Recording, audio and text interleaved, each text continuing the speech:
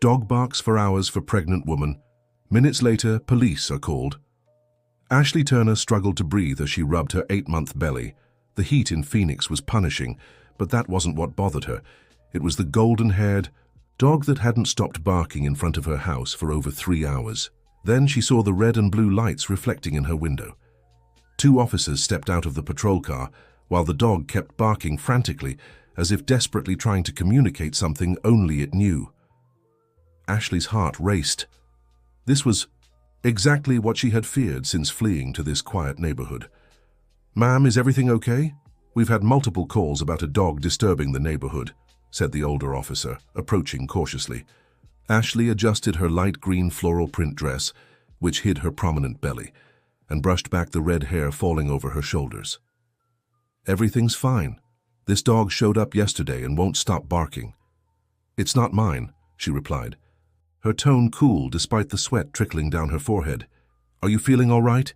asked the younger officer, noticing how she braced one hand on her back and breathed with visible difficulty. "I'm fine. It's just the heat and—" Ashley couldn't finish. A sharp pain made her double over, gripping the small fence separating her yard from the sidewalk. The dog barked even louder, as if confirming something was very wrong. "Gladys!" the older officer called out to a gray-haired woman watching from the neighbor's porch. "Could you come here for a minute?" The elderly woman, who looked to be in her well-lived 70s, hurried across the small yard between the houses. Her experienced eyes scanned Ashley up and down.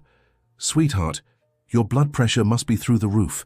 Look at the swelling in your hands and feet," Gladys exclaimed, lightly touching Ashley's arm. "I don't need help. I'm fine." Ashley tried to pull away, but another contraction made her groan in pain. "We should take her to the hospital," the younger officer decided. "No," Ashley's voice came out louder than she intended. "I can't go to the hospital. He'll find me." The officers exchanged worried glances. "Who's going to find you?" "Ma'am?" the older officer asked calmly. Ashley hesitated, years of fear and distrust locking her words. But something in Gladys's kind eyes and the officer's protective stance made her relent. "My ex-husband, Derek. He swore he'd find me no matter where I went, said the baby was his by right and no one would take him away." The words came out in a whisper, as if speaking them might summon the man she feared most. The dog, which hadn't stopped barking until now, slowly approached Ashley and lay at her feet as if to protect her. "This dog seems like he knows something," Gladys remarked, frowning. "Probably just a stray looking for attention," the younger officer replied, shifting focus to his radio as it crackled to life. "Dispatch to Unit 12. We have a suspect matching the description circling the block on Magnolia Street. Possible restraining.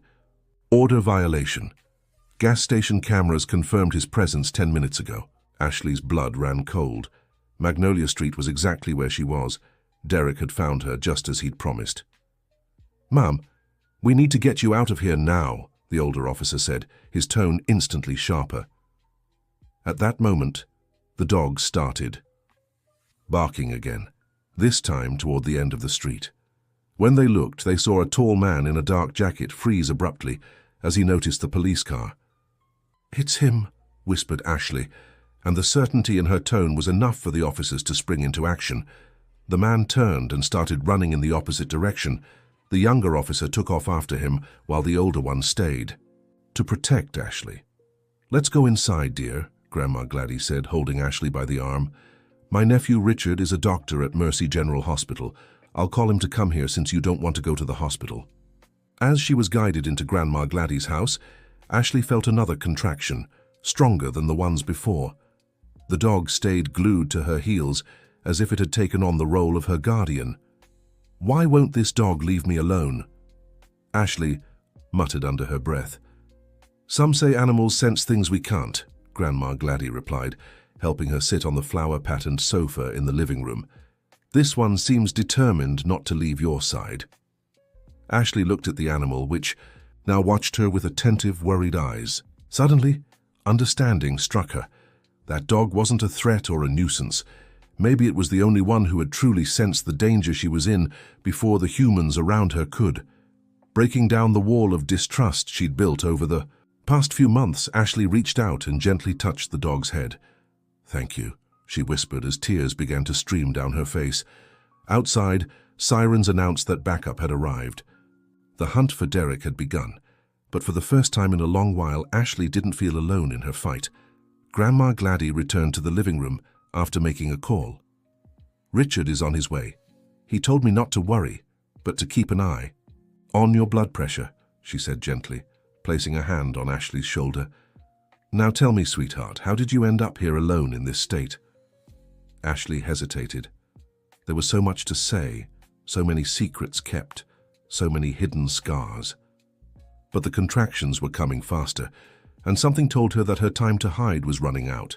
I ran away from New York City 3 months ago," she began as the dog settled at her feet, as if wanting to hear her story too.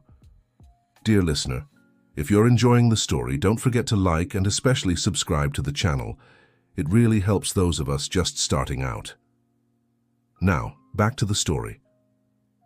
"Derek and I were married for 5 years, Ashley continued, lightly rubbing her belly.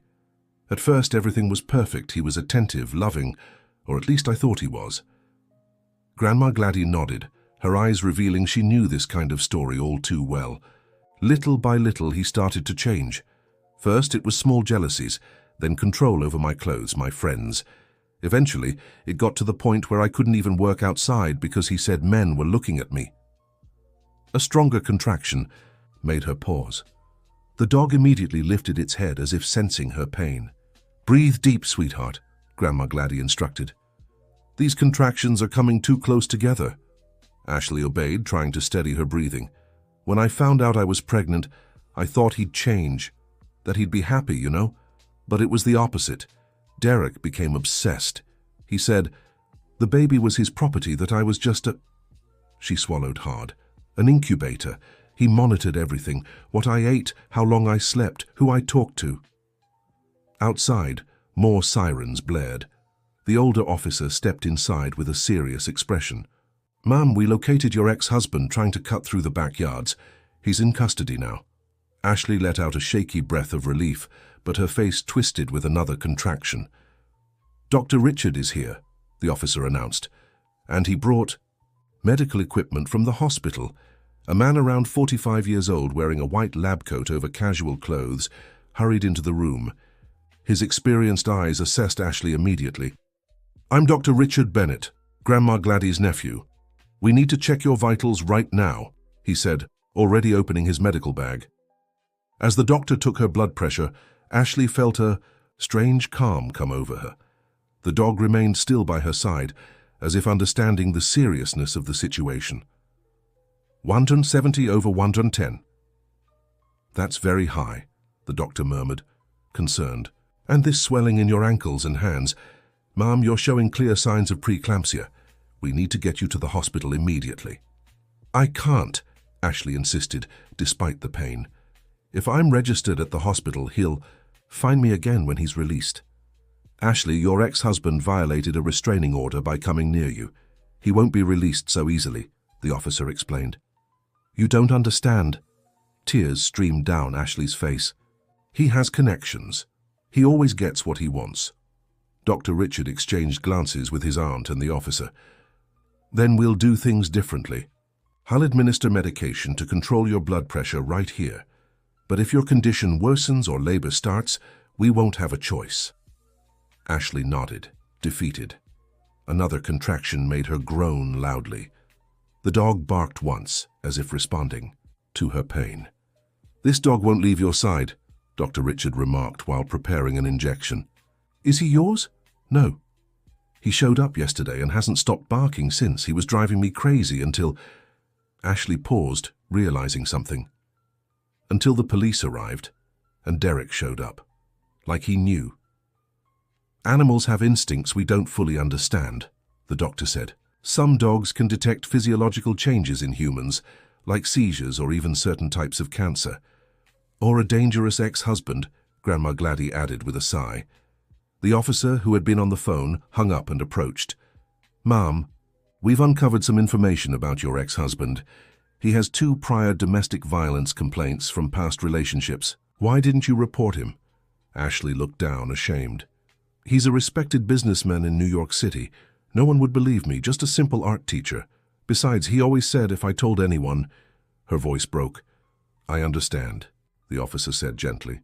But now we have solid evidence he won't hurt you or your baby again. Just then, the dog stood up and began barking at the back door. Everyone immediately went on alert. Stay with her, the officer ordered. The doctor, drawing his weapon and moving silently toward the kitchen. Ashley's heart pounded so hard she was sure everyone could hear it. The dog kept barking, now more aggressively. Easy, sweetheart, Grandma Gladdy whispered, holding her hand. The house is surrounded by officers. Seconds later, they heard a thud and raised voices. The officer returned, holstering his weapon. All under control, it was your ex-husband's partner. Apparently, he was instructed to create a distraction while Derek tried to reach you. Oh God, Ashley covered her face with her hands. He's really never going to give up.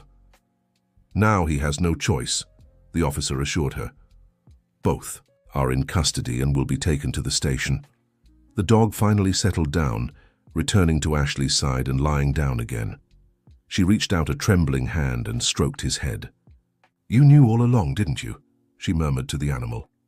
That's why you wouldn't stop barking. The doctor finished administering the medication and checked Ashley's vitals again. Your blood pressure is still high, but the medication should take effect soon. I'll need to stay here and monitor you for a few hours. Doctor, Ashley hesitated. These pains, are they normal contractions or... They're too regular to be just false labor, he replied. Concerned. Exactly how far along are you? 35 weeks, she answered.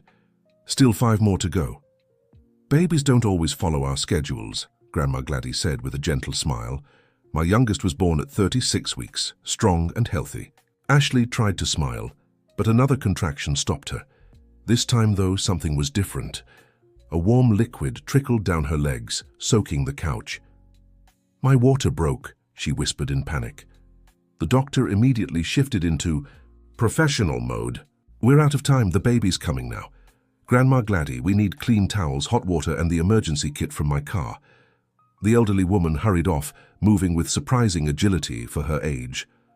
Officer, please inform dispatch.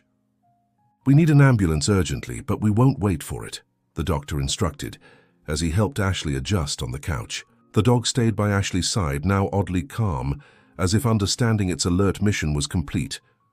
I'm scared, Ashley admitted, gripping the doctor's hand. It's normal to be scared, he replied kindly. But you're not alone.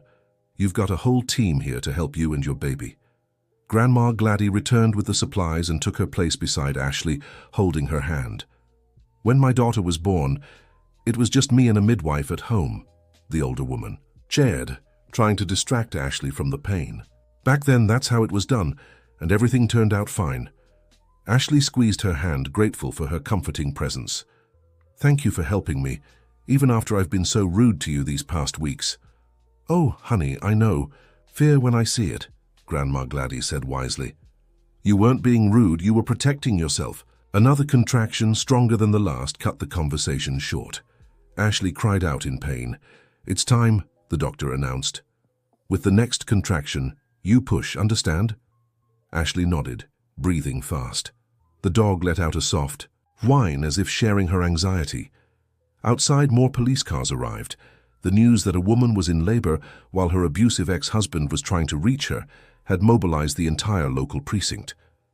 Between the pain of contractions and moments of clarity, Ashley realized she'd never imagined her son would be born like this, on a borrowed couch, surrounded by strangers who'd become protectors, with a stray dog as a loyal guardian.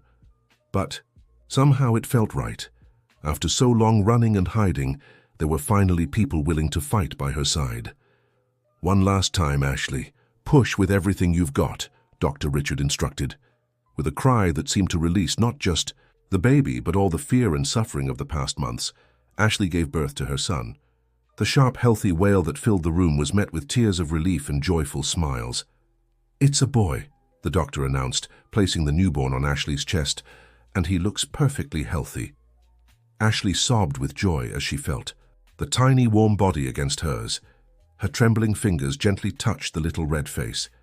"Hi, Ethan," she whispered the name she'd chosen months ago. "Welcome to the world." The dog cautiously approached, sniffing the air near the baby curiously. Then, to everyone's surprise, it gently licked Ashley's hand before lying back down beside the couch, like a guardian satisfied with its duty. "Looks like you've got yourself a protector," Grandma Gladdy remarked, stroking the dog's golden fur. Just then, sirens announced the ambulance's arrival. The paramedics rushed in, taking over the care of mother and child. "We'll take them to the hospital for full examinations," one of the paramedics said. "Her blood pressure is still unstable." Ashley grabbed the doctor's arm as he stepped back to give the paramedics space. "Dr. Richard, my ex-husband, don't worry," reassured the officer who had stayed in the house. "He's in custody and will face multiple charges. We'll have guards at the hospital to ensure your safety."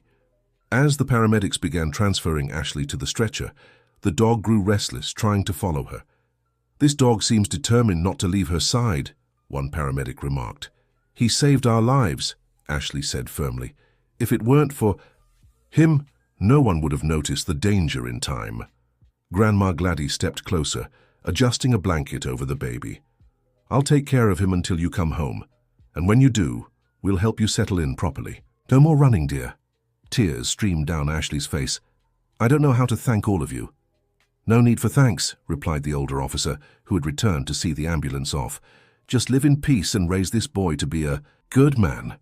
As Ashley was wheeled into the ambulance, the sun began to set on the horizon. Somehow the reddish sky seemed to symbolize not an ending, but a new beginning. For her, for Ethan, and perhaps for the golden dog who had entered her life just when she needed him most. At the hospital hours later, Ashley watched her son sleeping peacefully in the makeshift bassinet beside her bed. The doctors had confirmed that both she and the baby were fine, despite the premature birth and complications from preeclampsia. A soft knock announced Grandma Gladdy's arrival, accompanied by Dr. Richard. "How are my favorite patients?" the doctor asked, checking the chart at the foot of the bed. "We're okay," Ashley replied with a tired smile. "The doctor said I can go home tomorrow, but Ethan needs to stay a few more days for observation." "He looks strong," Grandma Gladdy remarked, leaning over the crib. "He has your eyes, dear." "And the dog?" Ashley asked, suddenly remembering her unlikely protector. "He's at my place, well-fed and resting," the older woman answered. "Seems he already considered himself your guardian before you even accepted." "The idea." Dr. Richard cleared his throat, drawing their attention. "Ashley, there's something you should know. Your ex-husband is in custody but has the right to bail. However, there's a restraining order in place that prevents him from coming near you or the baby." The familiar fear crept back into Ashley's heart. "For how long?" "The order lasts until the trial, which could take months.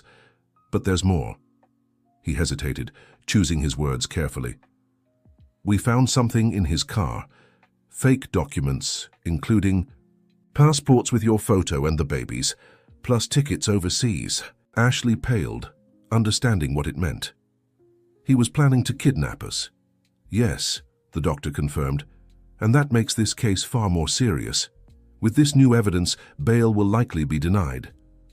"And there's one more thing," Grandma Gladdy added, taking Ashley's hand.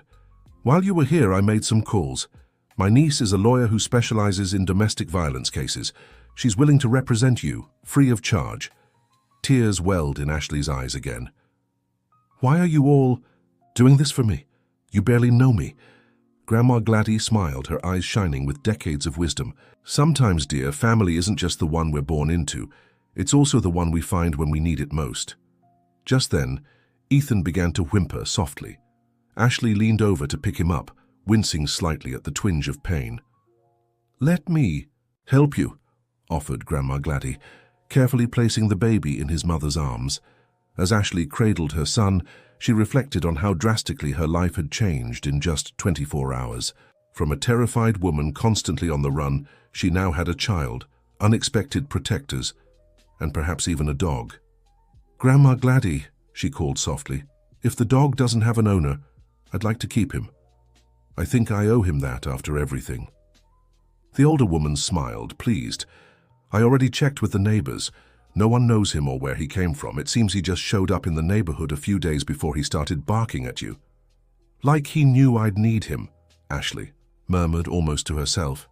Some things in life just can't be explained, Grandma Gladdy mused. What matters is recognizing the blessing when it comes, no matter the form. Dr. Richard, who had been discreetly examining the baby as they spoke, added, "Speaking of blessings, I have more news for you, Ashley. The hospital's social worker has a program for mothers in vulnerable situations. They can offer support to help you start over, temporary housing, legal assistance, even job placement." "I don't know if I can accept so much help," Ashley said, biting her lip. "You can and you should," Grandma Gladdy said firmly. "To help others in the future, we first need to accept help when we need it. That's the cycle of life." Dear listener, if you're enjoying the story, take a moment to like and especially subscribe to the channel. It helps us creators just starting out. Now continuing. The following days passed in a blur of medical checkups, police statements, and preparations for the future. Ethan, though premature, was thriving and soon cleared to go home. Grandma Gladdy's home, where she had insisted Ashley stay until she found a safe place. The dog, whom Ashley decided to name Champion, settled perfectly into the new routine. He slept at the foot of Ashley's bed and seemed to have a sixth sense for when Ethan needed attention, always alerting her before the baby even began to cry.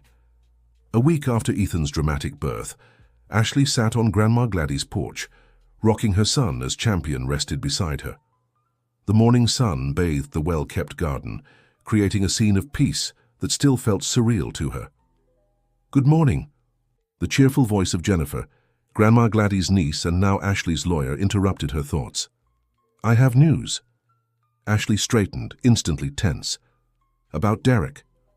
"Yes, and it's good news," Jennifer said, sitting in the chair beside her and placing her briefcase on the table. Bail was denied.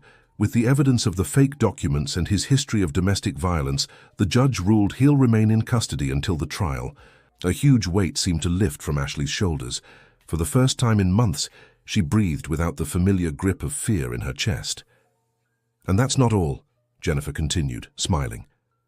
"Remember that program Dr. Richard mentioned? I secured a spot for you. There's an apartment available in a safe complex on the south side of town. It's small, but it has 2 bedrooms and allows pets." Ashley glanced at Champion, who lifted his head at the word pets as if he understood. "I don't know how to thank you for all this," she said, emotional. "No need to thank me," Jennifer replied. "Just promise you won't face your struggles alone anymore. Asking for help isn't weakness, Ashley, it's wisdom." Just then, Grandma Gladdy stepped onto the porch with a tray of coffee, tea, and cookies.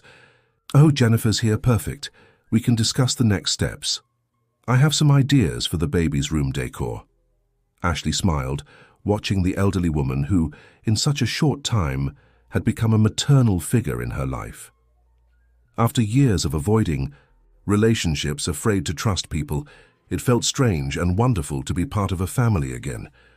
"Gladys," she called softly, "would you mind being Ethan's honorary grandma? He doesn't have any biological grandmothers around, and you saved our lives." The older woman's eyes filled with tears. "Oh, sweetheart, nothing would make me happier. I've always wanted grandchildren, but my daughter lives abroad, and my son, well, he hasn't found the right person yet." Jennifer smiled, moved by the moment. "This calls for a celebration. How about a Sunday lunch to make the new family official?" "Perfect," Gladys agreed, already planning the menu. "I'll make that feijoada I'm famous for, and we can invite Dr. Richard and the officers who helped the day he was born." Ashley watched the two of them chatting excitedly, feeling a cautious happiness grow inside her. For so long her life had been defined by fear, running, and distrust. Now, despite all the trauma, she was starting to glimpse the possibility of a different future. Ethan stirred in her arms, briefly opening his little eyes before falling back asleep. Champion, noticing the movement, came closer to sniff the baby, gently as he did several times a day, as if checking that everything was okay. "You know, Ashley," Jennifer remarked, following her gaze to the dog, "there are organizations that train dogs to detect physiological changes in humans. Some can sense when someone's about to have a seizure or when blood sugar levels are dangerously low. Do you think that's what happened? That Champion sensed my preeclampsia? It's possible. Or maybe he just knew you were in danger. Either way, he's clearly a special dog. Champion, as if understanding they were talking about him, wagged his tail and looked at Ashley with those intelligent eyes that seemed to grasp far more than an ordinary animal could. He's more than special, Ashley said, reaching out to stroke his golden fur. He's family. In the weeks that followed, life began to take on a new shape.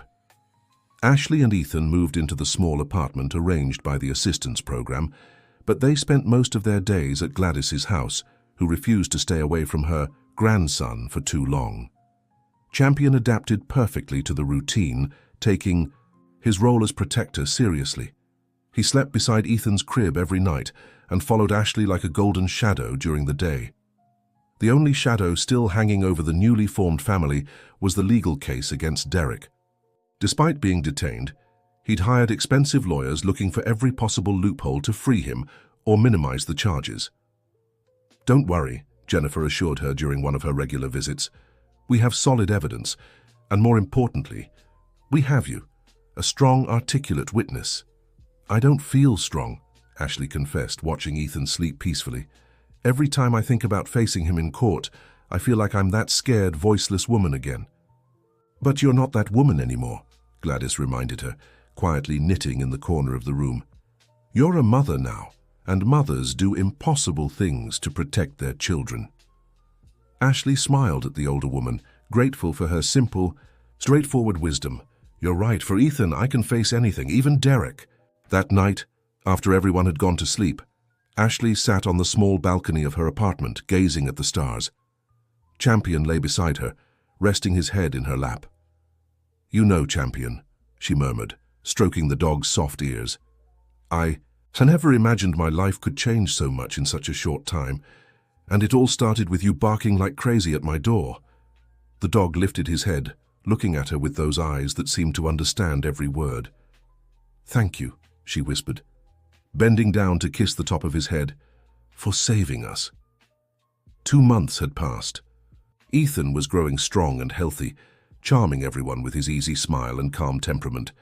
Ashley had started teaching art at a local community center, discovering that her talent could not only support them, but also help her process the traumas of the past. Derek's trial was scheduled for the following week. As the date approached, Ashley's anxiety grew, manifesting in sleepless nights and nightmares that left her gasping in the middle of the night. One such night, she was awakened not by nightmares, but by Champion, who was barking insistently beside her bed. "What is it, boy?" she asked sleepily. "Is Ethan okay?" The dog wouldn't stop barking, moving restlessly between her and the bedroom door. Alarmed, Ashley got up and checked the baby, who was sleeping peacefully in his crib. But Champion kept barking, now running to the living room window and back to her. A shiver ran down her spine. The last time the dog had acted like this. Quietly, she picked up the phone and dialed emergency. "Police," she whispered when they answered. "I think someone's trying to break into my apartment." In less than 5 minutes, 2 patrol units arrived at the complex. The officers found a man trying to force the lock on the back door. It wasn't Derek, but one of his old friends, who later confessed to being paid to intimidate Ashley before the trial. "You've got a pretty effective security system," one officer remarked, nodding at Champion, who was now calmly lying at Ashley's feet as if his mission was complete. "The best on the market," she replied with a shaky smile, stroking her protector's golden fur. The next morning, Jennifer showed up early, alarmed by what had happened. "This is witness intimidation," she exclaimed indignantly. "We'll add this to the case, and I'll request police protection for you until the trial." "I don't want to live in fear again," Ashley said, watching Ethan play happily on the rug, oblivious to the adult's worries. "And you won't," Jennifer promised. "This desperate attempt just shows they know they're going to lose. We have a solid case, Ashley. Justice will be served." "I hope so," she murmured, more to herself than to the lawyer. The day of the trial finally arrived. Ashley left Ethan in Grandma Gladys' care and, accompanied by Jennifer and a court officer, headed to the courthouse. Champion, of course, couldn't enter the courtroom, but would wait in the car with an officer specially assigned for his safety. "Remember," Jennifer instructed as they walked down the marble hallway, "tell the truth, maintain eye contact with the judge, and don't let his lawyer's tactics intimidate you. You're strong, Ashley. Stronger than you think." As she entered the courtroom, Ashley's heart raced when she saw Derek for the first time in months. He sat beside his lawyers, wearing an impeccable suit that gave him the appearance of a successful businessman wrongly accused. For a moment, their eyes met. The confident smile he gave her, the same smile that had once charmed her and later terrified her, almost broke her resolve. But then she thought of Ethan, of Grandma Gladdy, of the entire support network she had found. She thought of Champion, who had risked his own safety to protect her. And most of all, she thought about the woman she had become, no longer a victim, but a survivor. With her back straight and her chin held high, Ashley walked up to the witness stand. When the judge asked her to tell her story, her voice didn't waver once. Hours later, when the judge announced the decision to keep Derek detained until the final trial and to reinforce the protective orders, Ashley felt an enormous weight lifted from her shoulders. It wasn't the end of the battle, but it was a significant victory. As she left the courtroom, she found Champion waiting faithfully in the car, wagging his tail as if he knew everything had gone well. "Let's go home, boy," she said, bending down to hug the dog. "We have a new life to build." 6 months had passed since that fateful day when a stray dog began barking incessantly at a pregnant woman, setting off a chain of events that would forever change the lives of everyone involved. Derek had been sentenced to a significant prison term for domestic violence, attempted kidnapping, and witness intimidation. The protective orders remained in place indefinitely, ensuring that, even after serving his sentence, he could never come near Ashley or Ethan again. Ashley now taught art full-time at a local school, in addition to leading workshops at the community center for women who had experienced domestic violence. Through art, she helped others find their voices, just as she had found hers. Ethan, now almost 8 months old, was a happy, sociable baby who loved being the center of attention during Sunday lunches at Grandma Gladdy's house, a tradition that had become sacred. And Champion, the golden dog who had mysteriously appeared when they needed him most, had been officially adopted and trained as an emotional support dog. Ashley regularly took him to visit shelters for women escaping violence, where his calm presence brought comfort to those who, like her once, were learning to trust again. One sunny Sunday afternoon, as everyone gathered in Grandma Gladdy's garden, Dr. Richard arrived with a curious expression. "I have an interesting story to tell," he announced, accepting a glass of lemonade. "I've been talking to a colleague who works with service dogs. I showed him pictures of Champion, and he was intrigued by the markings on his fur and his behavior." Ashley looked at the dog, who was gently playing with Ethan on a blanket spread over the grass. "What did he say?" "Apparently, Champion has very specific traits of dogs trained to detect metabolic changes. Those dogs are extremely rare and valuable. My colleague did some digging and found out that a dog with those exact traits disappeared from a training center in Tucson about a week before he showed up here. You think Champion ran away and found us by chance?" Ashley asked, skeptical. "Or maybe it wasn't by chance," Grandma Gladdy suggested with a twinkle in her eye. "Some things in life are hard to explain with just logic. Either way," the doctor continued. "The training center was happy to hear he's doing well. When they learned the full story, they decided Champion ended up exactly where he needed to be and officially donated him to you." Ashley looked at the dog, who now rested with his head on Ethan's belly as the baby played with his ears. "You know," she said thoughtfully, "for the longest time, I thought I was alone in this world, that I had to fight alone, survive alone. But the truth is, we're never really alone, are we? Help comes in the most unexpected ways, sometimes in the form of a stubborn old lady. Hey, Grandma Gladdy protested with a smile.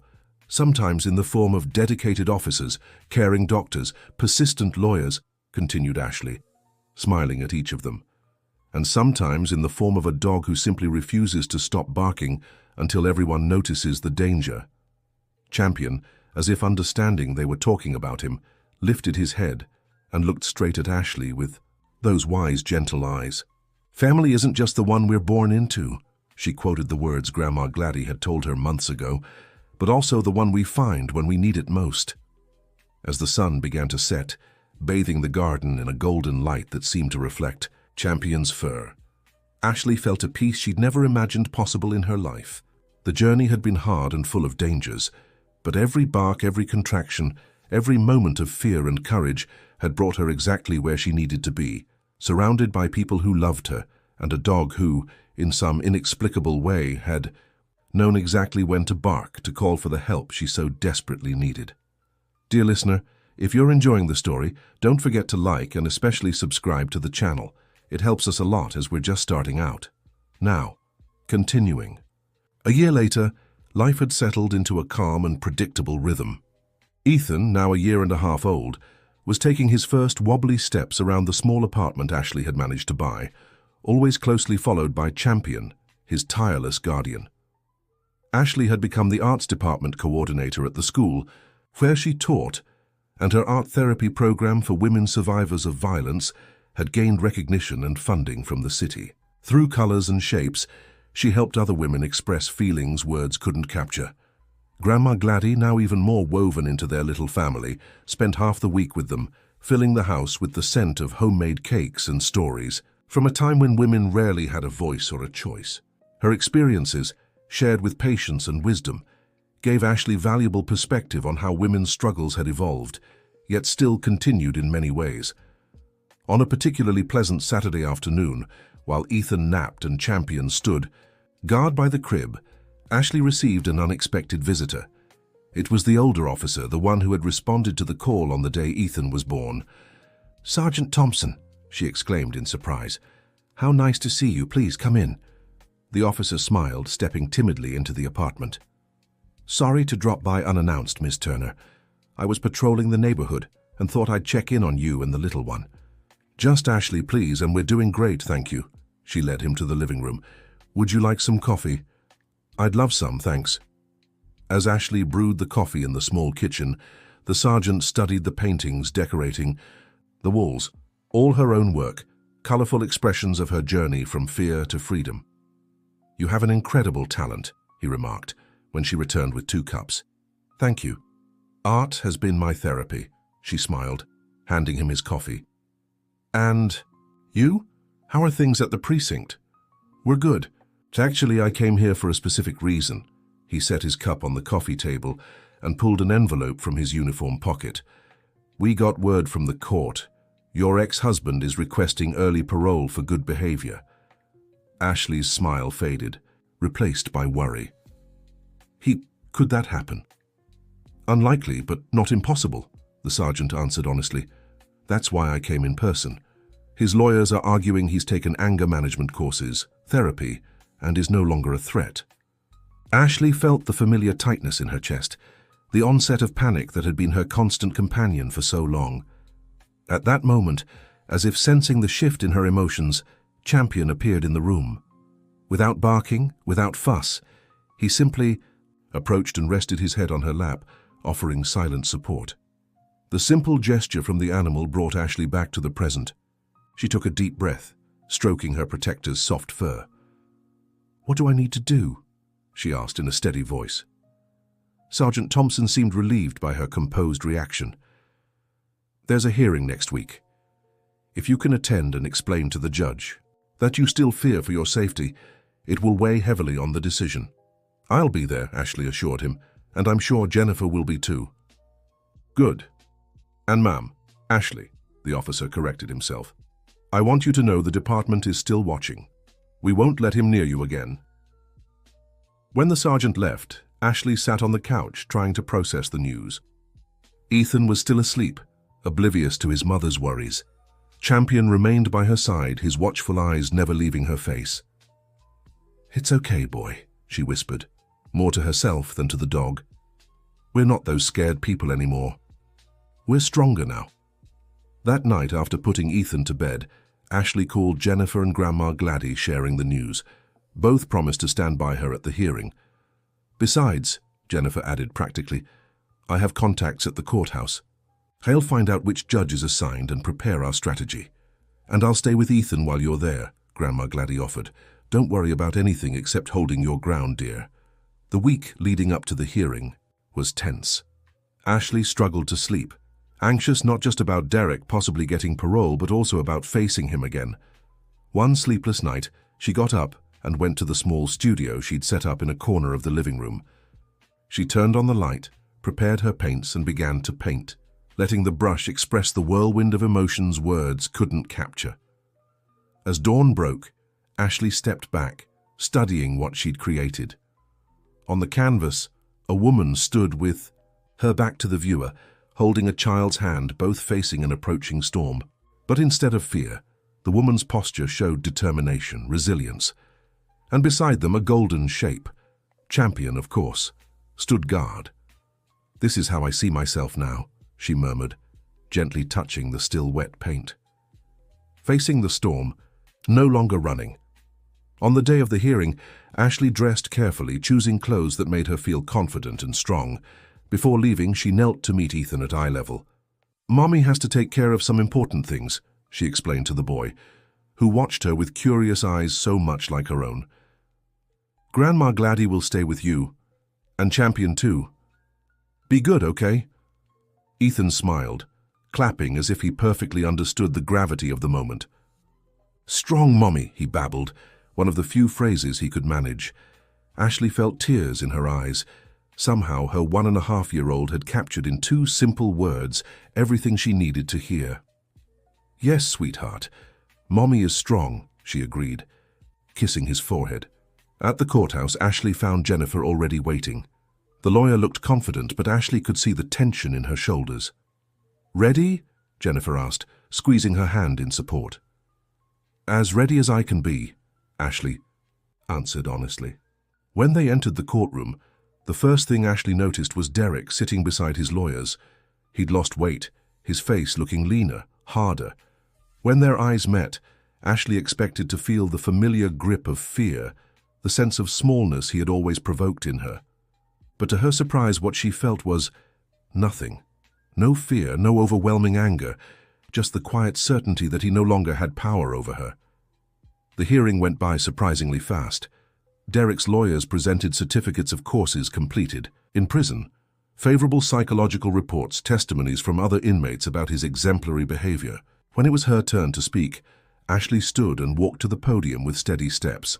She looked directly at the judge, a middle-aged man with tired but attentive eyes. "Your Honor," she began, her voice clear and steady. "I'm not here today out of revenge or anger. I'm here as a mother concerned for my son's safety. The man sitting there," she gestured calmly toward Derek, "threatened not just me, but an innocent child. He planned to kidnap us, had fake documents ready, and it was only discovered by chance, thanks to the intervention of a dog and kind people who had no obligation to help me." She paused, taking a deep breath. "I don't doubt he may have behaved well in prison. Derek has always been excellent at showing the world only what he wants them to see. That's how he kept me isolated, convincing everyone he was the perfect husband while terrorizing me behind closed doors. But a few months of good behavior don't erase years of control and violence, nor do they prove a genuine change of character." Ashley glanced briefly at Derek before turning back to the judge. "All I'm asking for is time, Your Honor. Time for my son to grow up a little more safely. Time for us to build our lives without fear. And most of all, time for Derek to prove, not with certificates, but with consistent, long-term actions, that he's truly changed." When she finished her testimony, Ashley returned to her seat beside Jennifer, who discreetly squeezed her hand under the table. "Perfect," the lawyer whispered. After hearing all arguments, the judge withdrew to deliberate. The wait felt endless, but when he returned, his decision was clear. Request for early parole denied. The inmate may petition for another hearing in 1 year, provided he continues to demonstrate good behavior. The relief was so intense Ashley nearly felt her legs give way. Jennifer held her arm, steadying her. "We've bought another year," the lawyer said, "and if needed, we'll be here again next time." As they left the courthouse, Ashley was surprised by a small but meaningful group waiting for her. Grandma Gladdy holding Ethan, Dr. Richard, and the two officers who had responded to the call on that fateful day. And to her surprise, Champion was there too, held by a leash in Grandma Gladdy's hand. How did you know?" Ashley asked, moved.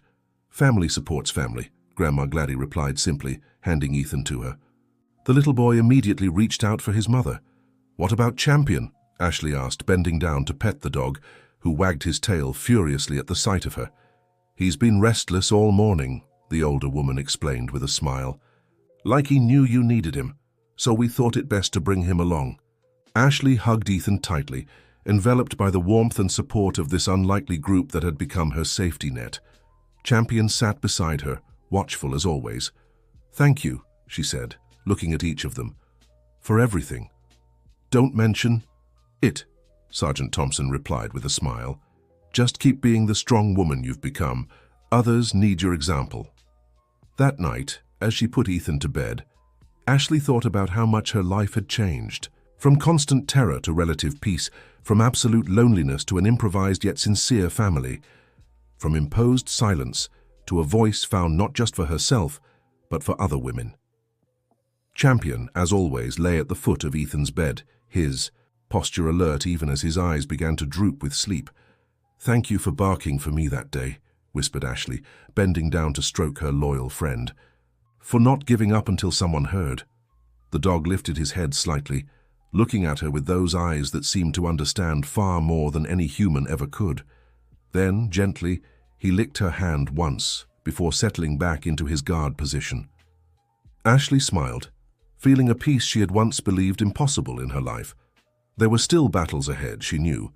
Derek might try again for parole next year and the year after, and she would need to be ready each time. But now she knew she wouldn't face those fights alone. She had Jennifer with her legal savvy, Grandma Gladdy with her life wisdom, the officers with their constant vigilance, Dr. Richard with his medical care, Ethan with his unconditional love, and Champion, her first and most loyal protector, the dog who for some mysterious reason had decided to bark until the world paid attention to the danger surrounding her. And most importantly, she had herself, no longer the frightened woman, fleeing from town to town, but a survivor who had found her voice and her strength. As sleep finally claimed her, Ashley thought that sometimes in life it's the most persistent barks, the ones that annoy and disturb us, that end up being exactly what we need to hear.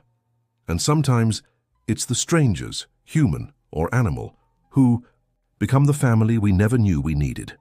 5 years had passed since that fateful day, when a golden-coated stray dog decided to bark tirelessly for a pregnant woman in danger. 5 years of growth, healing, and new discoveries. Ethan, now an active 6-year-old, attended the local elementary school, where his creativity and sensitivity made him beloved by teachers and classmates. He had inherited his mother's artistic talent, and his colorful paintings adorned not only their home, but also the community gallery Ashley had helped establish. Ashley had become a respected figure in the community. In addition to teaching art at the school, she ran an art therapy program that helped women process trauma and rebuild their lives after violence. Her own case had become an inspiring example of resilience, and she was often invited to speak at events and conferences on the subject. Grandma Gladdy, now 75, remained a constant and loving presence in their lives.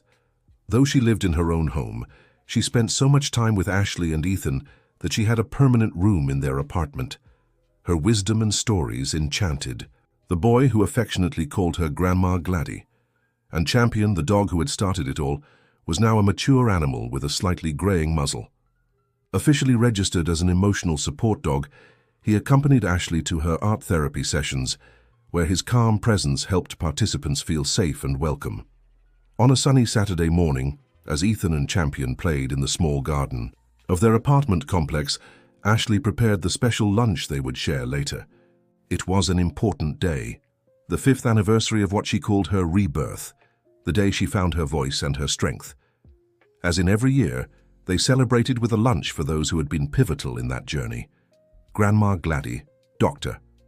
Richard, Jennifer, and the 2 police officers who had responded to the call that day, Sergeant Thompson, now retired, and young Officer Mitchell, who had been promoted to lieutenant. The doorbell rang, interrupting her thoughts. "Ethan, see who it is, please," she called out while finishing the dessert. Moments later, the boy came running back to the kitchen, followed by Jennifer, who carried a briefcase and an enigmatic smile. "Good morning, artist," the lawyer greeted, kissing Ashley's cheek. "Sorry for arriving early, but I have news that couldn't wait." "Good or bad?" asked Ashley, drying her hands on her apron. "Definitely good," Jennifer smiled, opening the briefcase she carried. The judge finally signed the papers. Ethan's full legal emancipation has been approved. Derek has officially lost all parental rights. Ashley felt her legs weaken and leaned against the kitchen counter. For 5 years, despite being in prison, Derek had fought in court for the right to see Ethan, claiming to be his biological father. Even after DNA tests proved otherwise, Ethan's real father was an ex-boyfriend Ashley had lost contact with. Before even knowing she was pregnant, he continued with endless lawsuits and appeals. "Is it over?" Ashley asked, hardly believing it. "Is it really over?" "Completely," Jennifer confirmed. The judge cited his ongoing obsessive behavior as the reason for the final decision. The prison psychological reports show that, despite all the therapy, Derek remains fixated on you and the idea that Ethan is his. Ethan, who had been watching them curiously, stepped closer to his mother. "Mommy, why are you crying? Are you sad?" Ashley knelt to his level, gently holding his small shoulders. "No, sweetheart. These are happy tears. Remember the bad man. Mommy told you about the one who wanted to take us away." The boy nodded, his expression suddenly serious. Though Ashley had spared him the scariest details, Ethan knew enough to understand the importance of the situation. "He'll never be able to bother us again, never." Aunt Jennifer and the judge made sure of that. Ethan smiled, his eyes lighting up. "Then let's celebrate. Can I tell Grandma Gladdy when she gets here?" "Of course you can," Ashley agreed, wiping her tears. "It'll be a wonderful surprise. For everyone." Just then, Champion walked into the kitchen, as if sensing the emotional shift in the room. He approached Ashley and nudged her hand with his nose, his usual comforting gesture. "You deserve to know too, boy," she said, petting. "The dog's head. You who started all this with your persistent barking. We're finally free, completely free." That day's lunch was especially festive. When Ashley announced the news, there were cheers, hugs, and a few emotional tears. Gladys, in particular, seemed to have shed decades from her face, her expression reflecting the relief everyone felt. "A toast," proposed Dr. Richard, raising his glass, "to the persistence of a dog who refused to stay silent when he saw someone in danger. And to the courage of a woman who found her voice," added Jennifer. "And to the family we've built together," Gladys finished, looking fondly at everyone around the table. After the guests left and Ethan went to bed, exhausted from a day of play and excitement, Ashley sat on the small balcony of her apartment. Champion, as always, joined her, lying at her feet. The starry sky above seemed to mirror the clarity she finally felt in her life. 5 years ago, she had been a frightened, isolated woman, running from a constant threat. Now she was surrounded by love, support, and possibilities. "You know, Champion," she murmured, looking at her loyal friend. "I always wonder what would have happened if you hadn't shown up that day. If you hadn't barked so persistently that the neighbors called the police, our whole life would be different." The dog lifted his head, his intelligent eyes fixed on her as if he understood every word. "Sometimes champions don't wear capes," she continued, smiling at the irony of the name she'd chosen for him. "Sometimes they have 4 paws and a stubborn bark that refuses to be ignored." Champion rested his muzzle on her knee, as he always did when he sensed she needed comfort. Ashley gently stroked his ears, grateful for his constant presence. Tomorrow would be a new day. A day when she wouldn't have to look over her shoulder, afraid of seeing Derek or one of his lackeys. A day when Ethan could grow up without the shadow of an obsessed man who refused to accept the truth.